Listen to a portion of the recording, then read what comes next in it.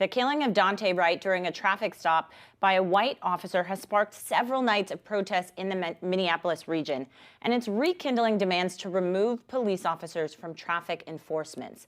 Traffic stops disproportionately affect Black people, with this latest incident bearing resemblance to several other high-profile killings of Black people in recent years, especially in this region. So what type of change are lawmakers calling for? Joining us now is Columbia law professor Sarah Sayo, who explains how design decriminalization and disarming police could lead to safer streets. Sarah, thanks so much for being here. You also have a book called Policing the Open Road: How Cars Transformed American Freedom. So I really want to just get into this story with you. I mean, this area where we saw this incident happen over the weekend has seen a number of police-involved incidents happen.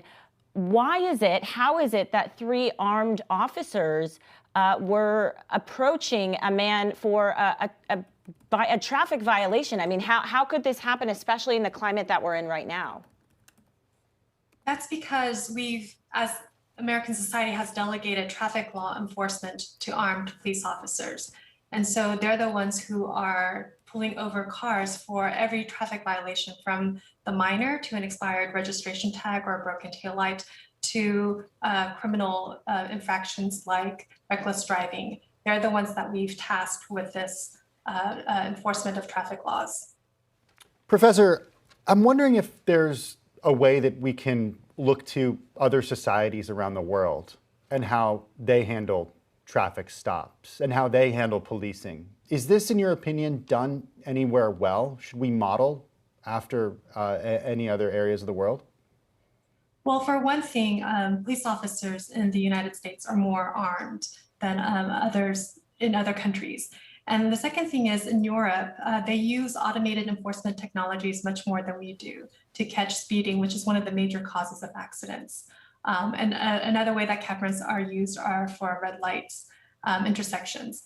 And so Europe has relied more on automated enforcement technologies than we have, and we can certainly use more. And Sarah, I mean, your book dives into the origins of policing the road, and procedures that were meant to keep us safe have now ultimately led to some of these incidents that we're seeing now. How exactly has this happened over the years?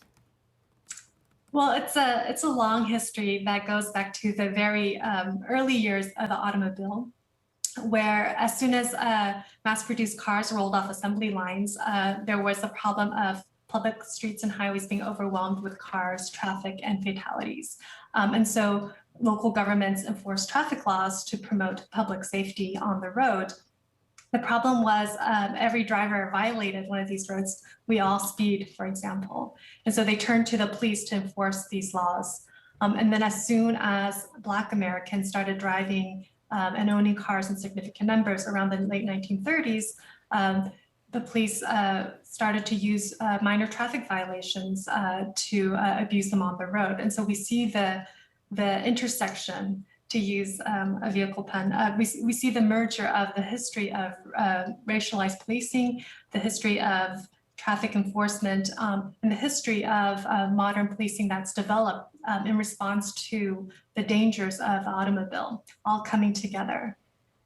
Professor, I'm wondering where messaging comes in on this, because over the last year, we have heard this call to defund the police. And I do think there is a lot of confusion about what the advocates of defunding the police mean by that statement. Do you think there is a more effective way to advocate for changes that would lead to safer streets? I agree. Defunding the police is a vague phrase and might not be helpful in communicating exactly what the reform proposals are. In this particular context, it's a recognition that traffic enforcement is an important government function, but the best way to promote public safety is not through having armed, uniformed officers do that. We don't need armed officers, weaponized officers to make minor citations for minor traffic infractions, for example. And so, go ahead. No, go ahead. And so the idea is we would still have enforcement of traffic laws, but through other ways. to promote public safety. So one example is automated enforcement, like we talked about. Another way, and because automated enforcement can't cover all enforcement of traffic laws, we can use non-armed, non-police officials to do that job. And Sarah, just finally, are there any specific proposals that you've been hearing about police reform? I mean, Tim mentioned defund the police, but are there specific proposals in the short term that you think we might see to reduce these incidents from happening? Well, the state of Florida is considering a bill right now that would create a new public safety department with traffic monitors, and they would handle most civil moving violations. And there is still a role for the police in that bill. They would handle criminal violations, and then they would also provide assistance when traffic monitors request it.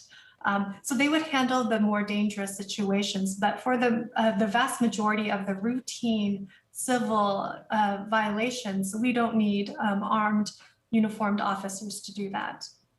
Right, and I think with Daunte Wright, he had expired license plates, and then they found the air freshener, which is illegal in the state of Minnesota. So, Professor of Law at the Columbia Law School, Sarah Sayo, thanks so much for your time and your insight.